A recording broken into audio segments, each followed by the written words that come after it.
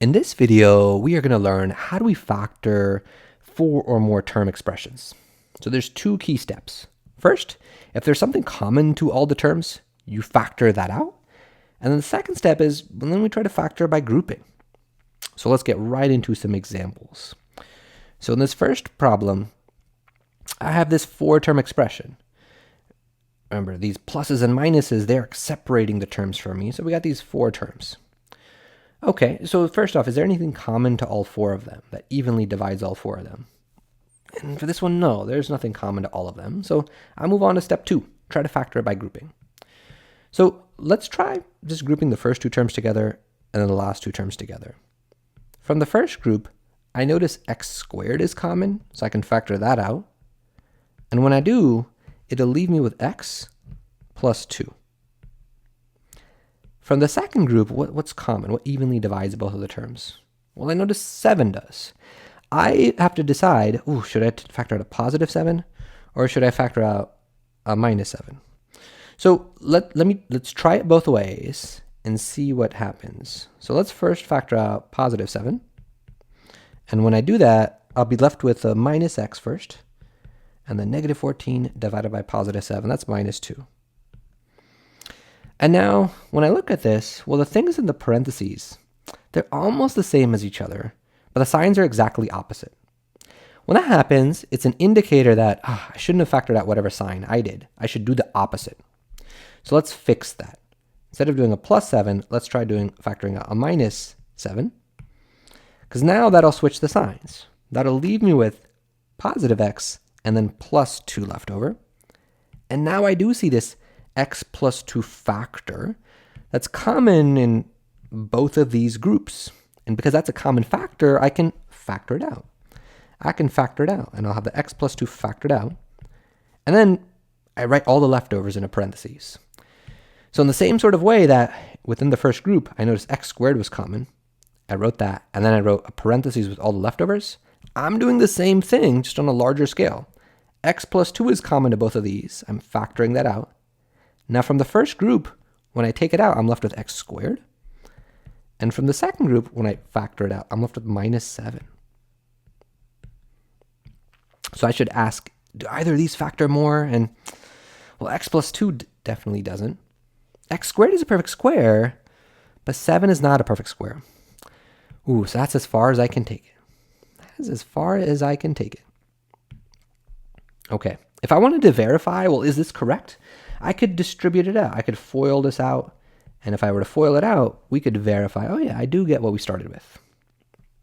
Okay, one very important rule break that people make when doing grouping problems is once they've identified what they think the group should be, is put parentheses around the groups like this.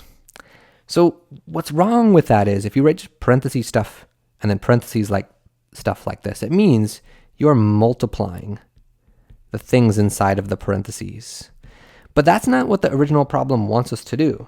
Like I got the first group and the second group, but they're not combined by multiplication. If anything, there's a subtraction there.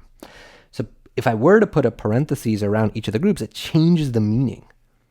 Okay, so what I like to do instead is once I have identified the groups, I put this little under brace under the groups. That way I know what I'm saying the groups are.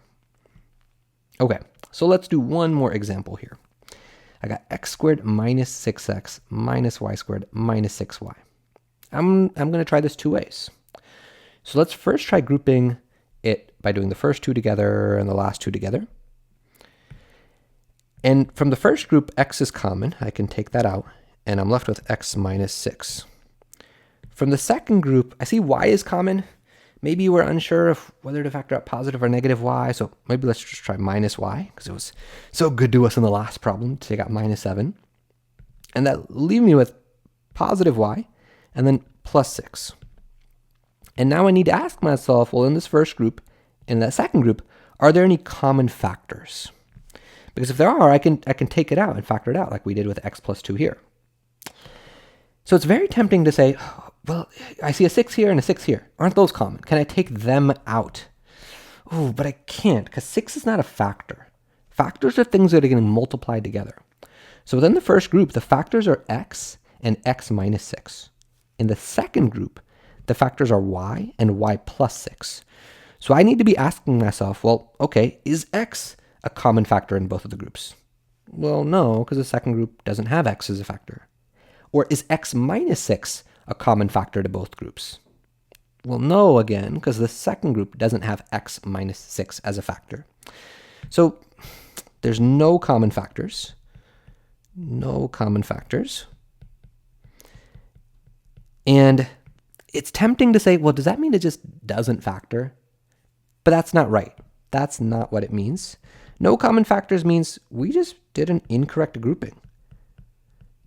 You know, I just tried grouping the first two and the last two together. That didn't work. Well, I might try to group it differently now. So, I mean, I don't love the fact that it's an incorrect grouping. I'll put a sad face. But, you know, we don't panic. We try to group it differently. So, I want to give you a chance to pause the video for about 3 minutes. Try to group it differently. See if you can find the grouping that ends up working for this. So pause it in 3, 2, 1. Pause it and try it. This is the most important time of the video. It's your chance to practice this and see, well, as we're first learning this, how well do you understand it right now? Okay, so let's bring it back. Let's talk about it. So the grouping that works is put the perfect squares together and then put the other ones together. Because the perfect squares factor is a difference of squares. X squared minus y squared becomes x minus y times x plus y. Ooh, so we're being a little sneaky there. And then with the other two terms, I see 6 is common. And to make it work, we got to factor out minus 6 instead of positive 6. Because that'll leave me with then x plus y. Ooh, and now I do see this common x plus y factor in both of the groups. So I can factor that common factor out, x plus y. And when I factor the common factor out, I start a parentheses with my leftovers. From the first group, what's left over is x minus y. And then from the second group, when I factor the x plus y out, I'm left with that minus 6.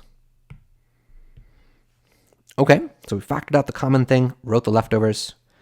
I should ask myself, well, do either of these factors, the factors are the whole things in the parentheses, factor more? Well, in the first parentheses, nothing's common, and these are not perfect. It's a sum, so I can't do sum of squares, but they're not perfect cubes either, so nothing I can do there. And then with this parentheses, yeah, there's nothing more I can do. Like there's nothing common to all of those. So that's as far as I can take it. So that is our factoring by grouping for this one. So it's really normal when you are doing grouping problems where the first thing that you try, the first grouping, maybe it's not going to work. And if that happens, well, we try a different grouping. The more of these problems that we try, the better we'll get at recognizing that correct grouping more quickly. And I'll end the video by saying, in both of these examples, we grouped 2 terms together and 2 terms together. So 2 together and 2 together. Sometimes we'll have to group 3 terms together, and you leave 1 term by itself. But we'll practice that later